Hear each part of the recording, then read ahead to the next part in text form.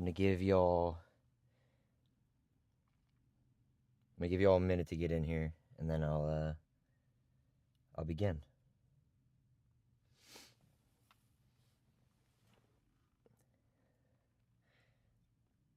So for anybody that's in here and I can't see you yet, my goal with this every day is that each live is going to be 2 different parts. The first part, I'm going to talk on here somewhere. It probably won't always be in my truck. And then the second part is going to be in the gym. And I have to cut them into 2 different parts because I don't want the Wi-Fi to crash the stream as I walk from my truck to the gym. I don't really trust it. I don't know, especially sometimes because I just randomly connect to different Wi-Fis. But overall, every day that I do a live, there's going to be a part 1 and a part 2. The part 1 is always going to be the monologue, and then the part 2 is going to be the workout. So today I'm hitting legs and the monologue. I'm gonna post a link first, and then I'm gonna get started on what this is all about, why I'm switching things up, what I'm gonna be talking about, and I fell off a little bit when it comes down to the deep introspection, the monologues and everything. So this is kind of my way back into it, but from a different standpoint, I guess. I kind of want to turn off some of the stuff that's on the screen too, but let me see.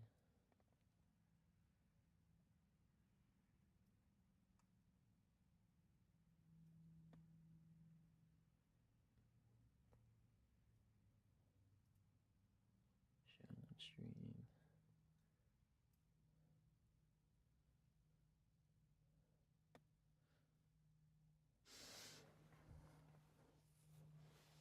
I thought I might have removed everything, but it's still there. All right. Let me post this real quick.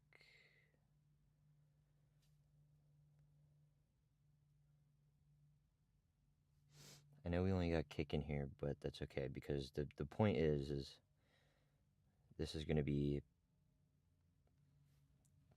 out there. And I think with the monologues, I think it's good that I could just come back to this and clip it or whatever I got to do. Kick and YouTube.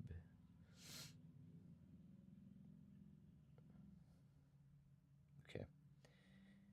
I'm going to post it on TikTok, and then we're going to begin because I don't want to use too much of my phone. I'm going to, for the people that just joined in, I'm going to run down what exactly I'm doing real quick.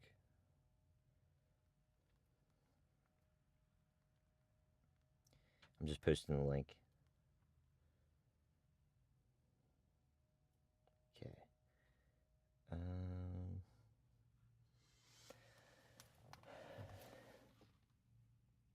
You were unmuted. You can't rage bait right now. This is not the time to rage bait me. Hold on. It's supposed to be serious streams, at least in the beginning.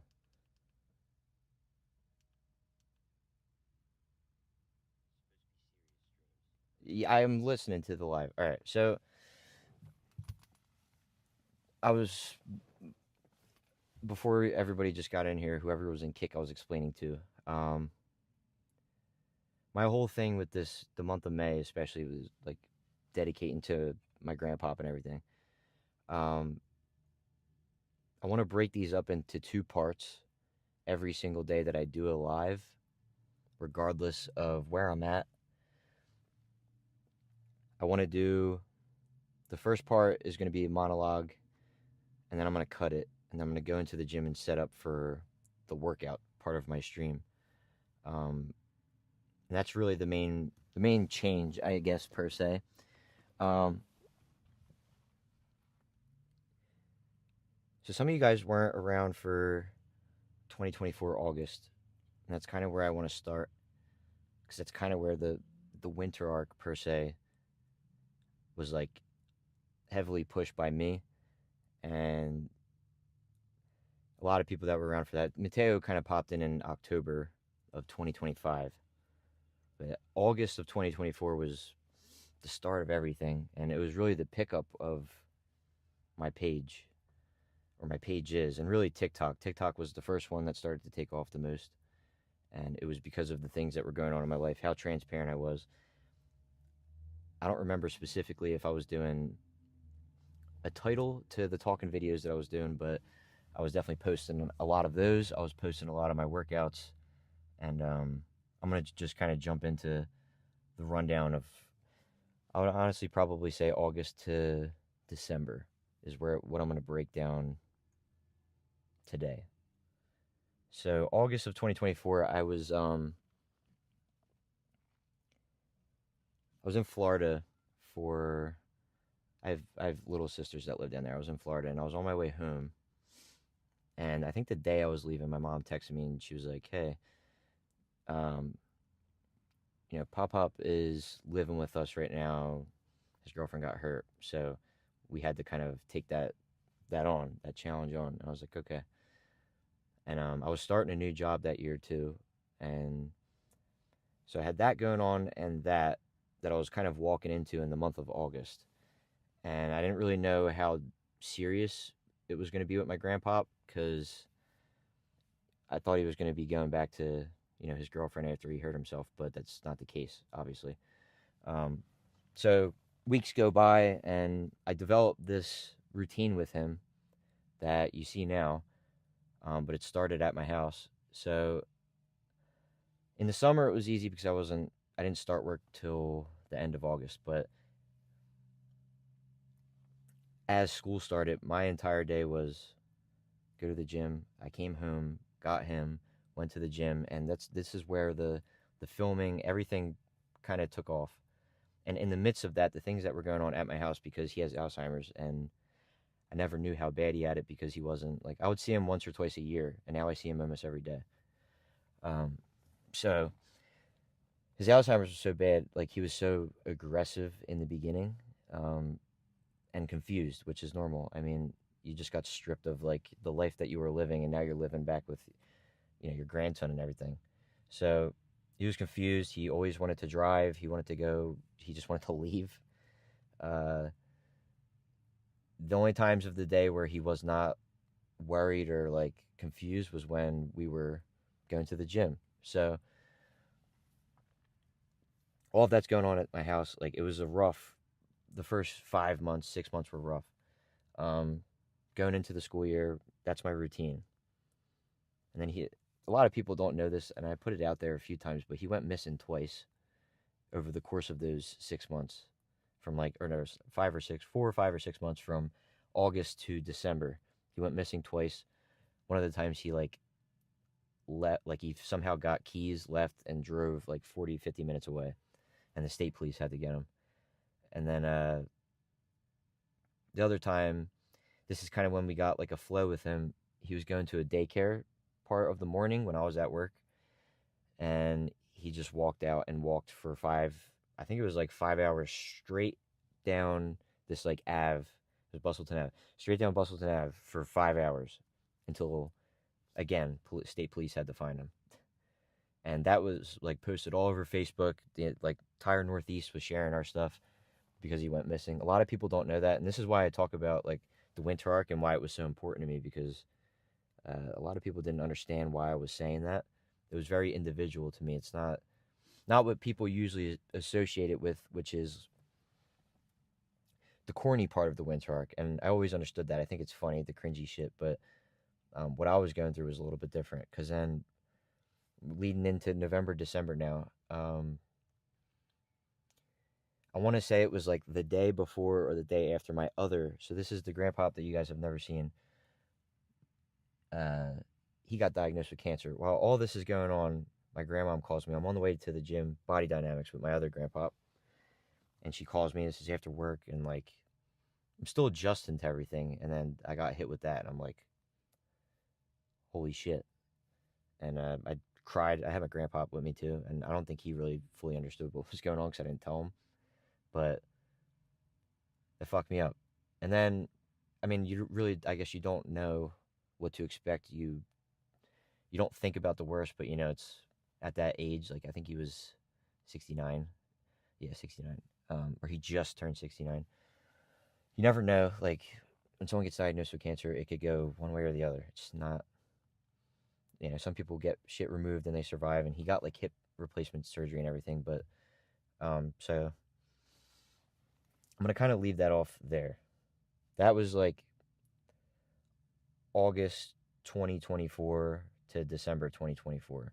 And then there's a whole nother part of it, which is like the next 5 or 6 months leading into May, which I'll leave for another time. But what I want to talk about throughout this entire series is that whole time period. Because I talk about it a lot in my monologues and everything, and that's kind of what I used to do. But I want to revisit it. I want to talk more to myself and see where I was at during that time. Because honestly, I work really hard with this stuff right now. I do it every day. But where I was at then was I was not making shit at my job, and I was doing all of that, and I don't know how I did it. I'm going to be completely honest. I don't know how I kept a level head. So if I can see where I was at with that kind of mindset, and I think I have a strong mindset now, but continue to push it even further, because things are obviously a little bit easier now. Although the other day, like seeing my grandpa, I was talking about it on stream, but like he had to get all these teeth pulled, which is kind of upsetting. But it's because he's older, and he just, with the Alzheimer's and the nurses at the place that he goes to, he doesn't take care of himself anymore. But um, yeah, I was all over the place with this. If there's anything that you guys want to talk about and you want to ask questions, this is kind of like why I wanted to do this. Really distinctive, like chatting. Thank you, Mateo. I appreciate that. But yeah, that's the first part. A lot of you guys weren't around for that, so I'm gonna leave a little bit every day for me to talk about it until I lead into like the big stuff. I guess just for reference, the reason that it's starting today is because I posted it in my my channel on Instagram that today, a year ago, I forget what I was doing exactly. I might have just got home from work or something, and my uncle texted me and told me that my one grandpa was going into hospice. So it's a very like weird feeling knowing that that was a year ago when it feels way longer. And yeah, I'm in like a very reflective state for all this month. I'm just trying to piece it back together because I haven't really thought about it. I mean, you go throughout life and you, especially with death, this is like the first time someone died in my family that was close to me. I didn't have anybody, like great grandparents and stuff were alive for as long as I could remember. But my grandpa, I lived with him for the first 14 years of my life. So that grandpa, not the one that you guys see. So it definitely hit me a little bit. Didn't take care of himself, but he worked every single, like he was a extremely hard worker in what he did, which was carpentry. That's what he loved. He loved his work. He loved gambling and other things. But I think one of the most important things that I pulled from that entire time period, besides like the mindset that I formed, you don't really have a lot of time. And I think people told me that maybe too much, especially when I was growing up, is that, one of the biggest things that I was afraid of when I was younger was people dying. Like, I literally used to cry to my mom about it. I don't think, and I talked about this in one of the monologues, I'm not afraid of myself dying. I'm more afraid of me not achieving what I want to in life before everybody else around me dies. And I'm seeing everybody get old, and that was like the biggest wake-up call right there last year, is that you don't have a lot of time. And if there's things that you want to do because you want other people to see them, or you want other people to experience them, and you want to have that moment, then you have to start working really hard right now. You don't have a lot of time. And that's the thing. I think moments and experiences are worth more than anything in this world. when the right people are there, not money, not materialistic things. And that's why I talk about like me getting the rep shit. It's because I don't give a fuck about spending money on stupid shit. I would rather have like the experiences that are meaningful in life. When I was younger, I didn't have this kind of outlook at all. Just for reference, like this is the whole part of growing up and changing, is that you see this shit as you get older, and you start caring about different things, which is normal. I think it's important to change. 18-year-old me would have never been saying this stuff. It would have never been coming out of my mouth. But yeah. Where are we at with time? Yeah, 16 minutes. That's like an entire. That's like an entire monologue, right? That's like an entire 3 monologues right there. I like to think that if they aren't here to see me achieve and be great. Yeah, I mean, that's kind of how I look at it, I guess. It's a little different though, because one thing, like, I always post with the one grandpa that passed away. I'll post one specific screenshot, but he did it almost every day. I was posting a lot of my videos and stuff on Facebook of me lifting. He was if not the only comment, if he was not the only comment, he was one of the few that were always like so impressed by the things that I was doing in the gym. And he would tell me even in person, but like just having like the physical text, because I remember it. I remember every day him commenting on my videos and everything. He would tell me he's proud of me, all that. So I just miss that. I miss the interaction. It's support. It's like real support in real life, that he would comment every single day. And I always knew to expect either a very like heartfelt comment, or he would say some crazy shit like, your arms look like big slabs of beef, or like he used to say either really funny shit, or he would say something that like struck a chord. And the one that I do have, I look back on all the time, and it fucks me up. I don't want to look at it. I don't even want to remember what it said, but I know I have an idea, but I don't want to think about it because that'll mess me up. But yeah, like when you have support, and the support is lively, and it's like, it's interaction like that, like a text or a call, or the comments, or in person. It's a little different, obviously, than someone watching you from heaven. Even if you have that idea in the back of your mind, it just feels a little bit better. And I think I potentially took it for granted. When I found out that he had cancer, I literally, what my first instinct was, is I wanted to get him in the gym. And he kept telling me, so he went into hip surgery in December, or it was December or January maybe, around that time. So we're not cutting too far into the next part that I want to talk about tomorrow. But he got hip surgery, and he kept telling me that when he's fully walking and everything, that he would go to the gym with me. And that's something that I never got to experience, is both of my grandpops going to the gym with me, because I had the opportunity to do it. But I don't want to say I passed up on it. It was just, I didn't think of it prior. And then when the time came, I started panicking in my mind, and I thought that, maybe I can get it done at least once. And didn't happen that way. Okay.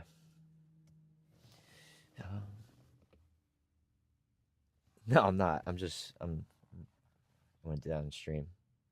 This is the point. This is the point of these. I want to get really real, especially with that time. That time period fucked me. Like, there's a duality to it, obviously, because there's a lot of great things that came from it. My mind, like, I think I developed arguably the coldest. I don't want to say coldest because that's not the right word.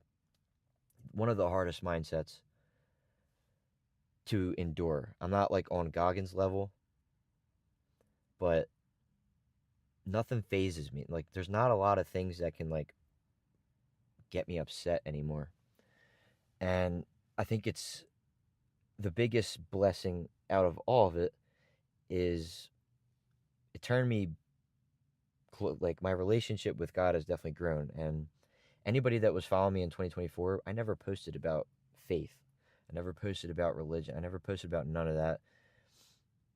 And then something switched months later after everything was like settled, that I started thinking about that time period and the transaction that was potentially going on.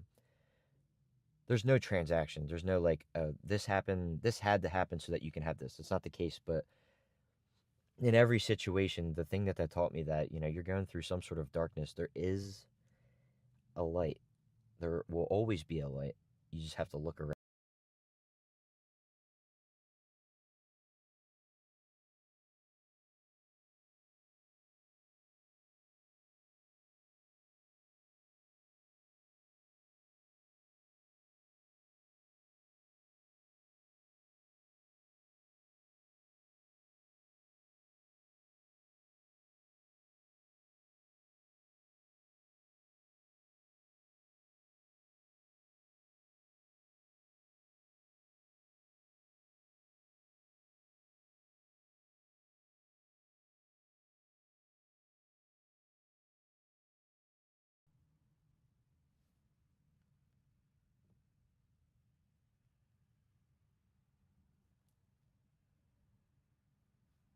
Are we back?